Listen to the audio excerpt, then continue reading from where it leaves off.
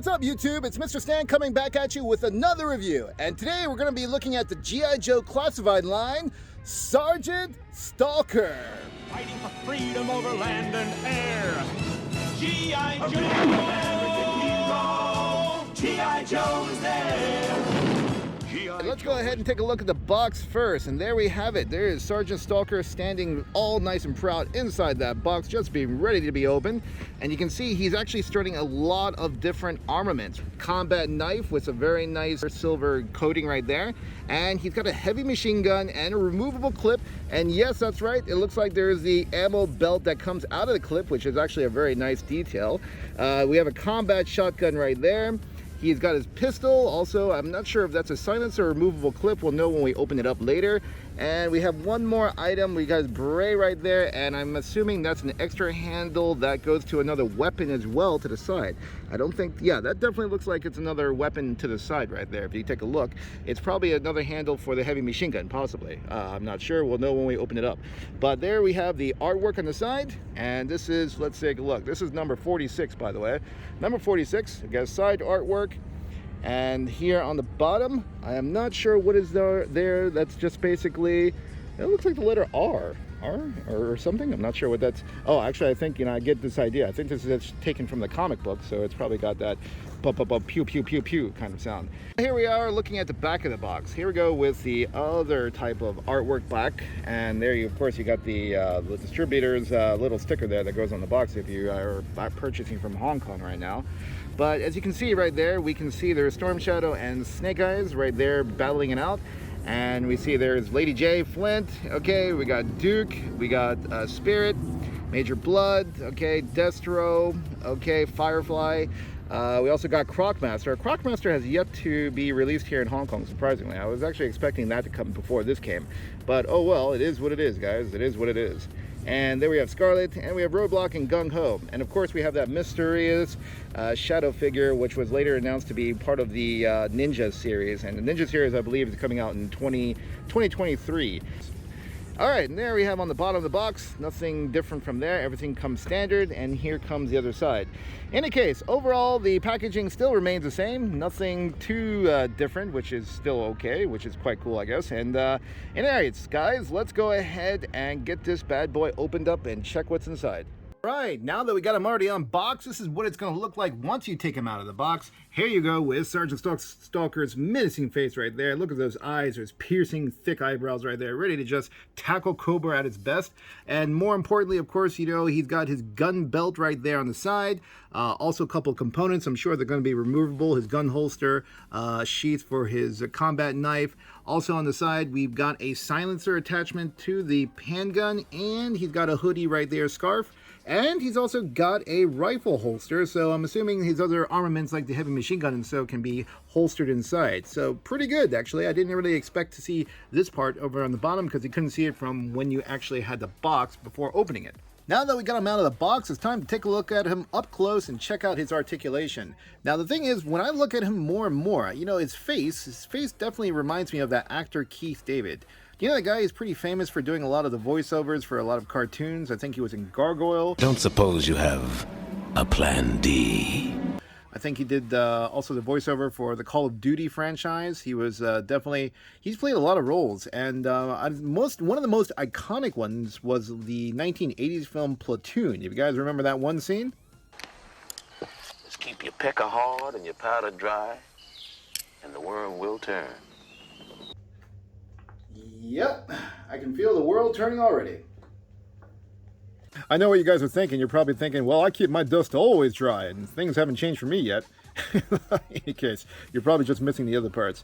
But let's go ahead and take a look at the articulation. You can take a look over his arms. His arms definitely have the double jointed elbows right there, so he can pretty much pull his whole arm almost back to touch his shoulder. And it's got a swivel as well, right there. He's got a swivel, okay. Taking a look at the hip area, let's see how far he can stretch back. So he can stretch just about this much here. I don't want to bend it too hard. And then we're going to go forward, okay. And then let's take a look at the legs. Legs again, he's got a double joint around the knee area, so he can pretty much bend. And he's also got swivel around the boot, and he's got the hinge right here, ball joint over here on the boot end as well. I definitely think this guy can probably do a pretty good knee stance, probably. Let's take a look. So try to put him back here on the side. Let's move that knee up. And yeah, actually, this is not too bad. He can actually do a pretty good knee stance, so he's going to be in semi-prone, and get him down right there, like just like that. And pretty good, eh? Not too bad, huh? Not too bad at all.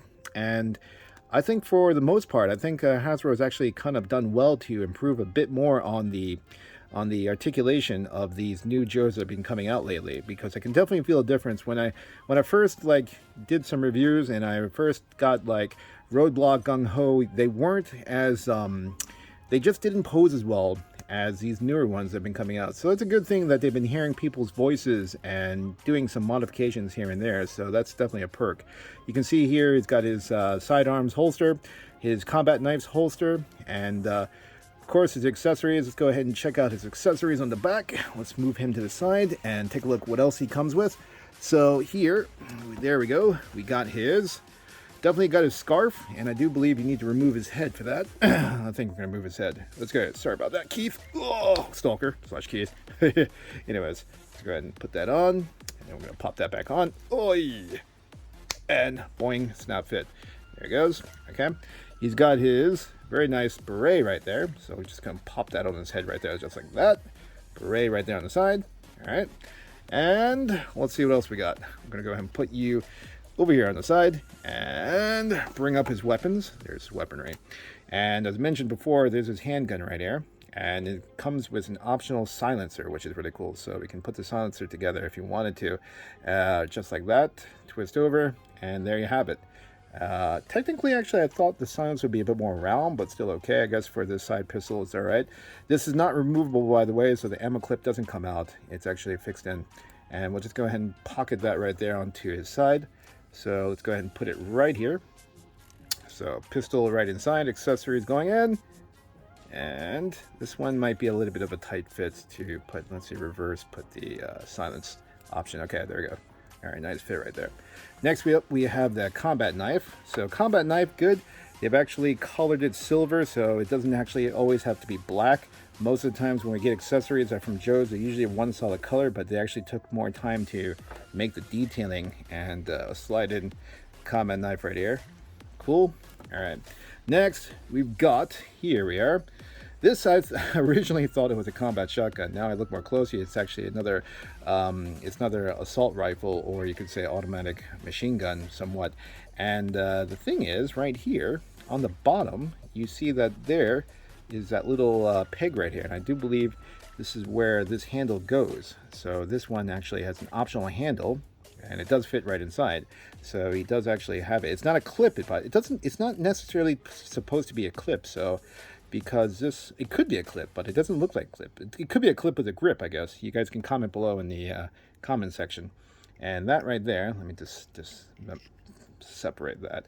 That goes right there inside his rifle pouch. And then we're going to go ahead and put this right here in the back.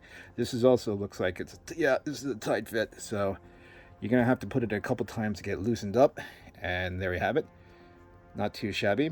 It would have been good actually if they would have actually added the hole in the back. It didn't actually have to be solid. They could have actually had the barrel coming out, would be nice.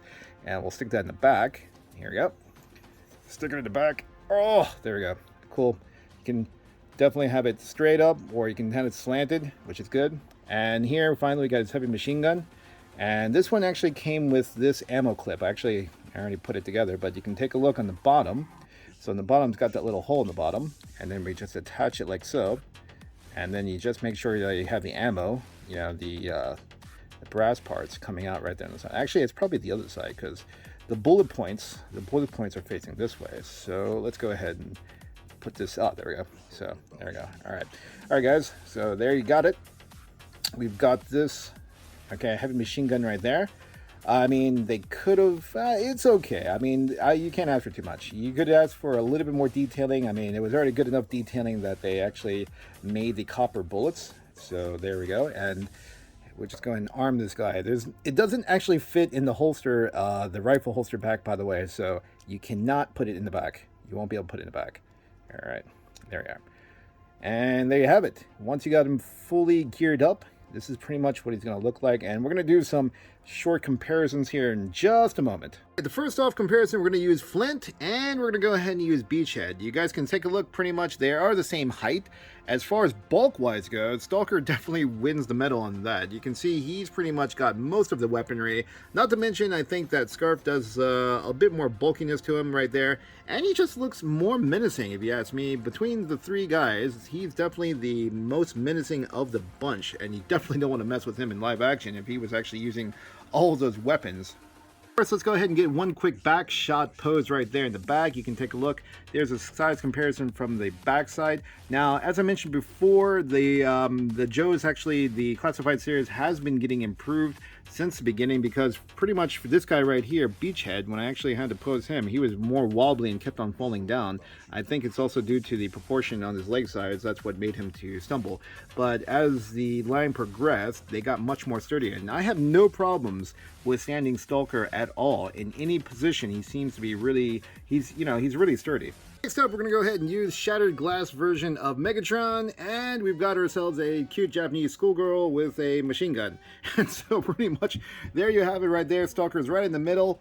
He's not as big as the Megatron Shattered Glass version, and he's not as cute as the Japanese schoolgirl, but he's still able to hold his own with those double machine guns right there in his hand.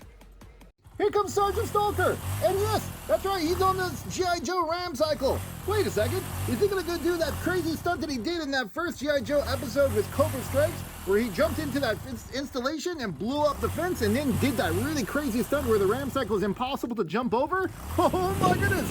Here he goes!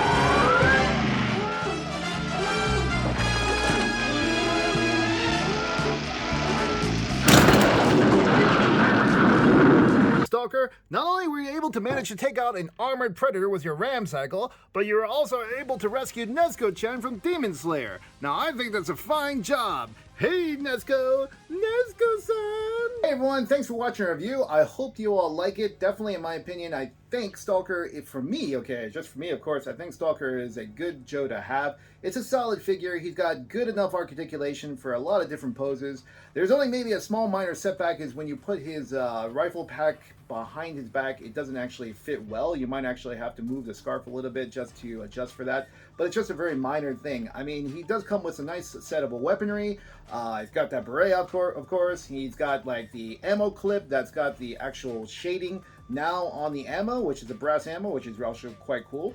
Overall, I definitely think if you want to complete your Joe collection, if you're going to go through every single one of them, definitely Stalker is one of the ones you want to get. And of course, there's probably going to be a bunch more you're going to get down the line. You might as well just collect them all just like myself. I mean, why not? It's no biggie if you guys are a big Joe fan like myself, or just in general if you're a big avid collector. In any case, and I'll let you guys give you a sneak peek up next of what I've been working on. I'm kind of working on another Joe figure, but this time I also want to do the Transformers together with it. So up next, I'm looking at trying to review this Megatron His Tank, guys. Now, if you haven't gotten one of these, I haven't even opened this one yet, but if you haven't gotten one, I suggest probably getting one, because this is probably going to be the first collaboration with G.I. Joe and Transformers with an actual transformable, like Transformer. Because in the past, when they did collaboration, it was only pretty much, what was it? It was like Shockwave and Destro, it was Jetfire, it was, who was it, Starscream, but they were just the actual Joe vehicles with a redecoration, and there was actually no transformation whatsoever. This is the first time we get a Transformer that comes together with a Joe, which is actually quite cool. And that pretty much wraps it up for this video, guys. I hope to see you guys again. I'm Mr. Stan, and I'll see you guys on the next video. See ya!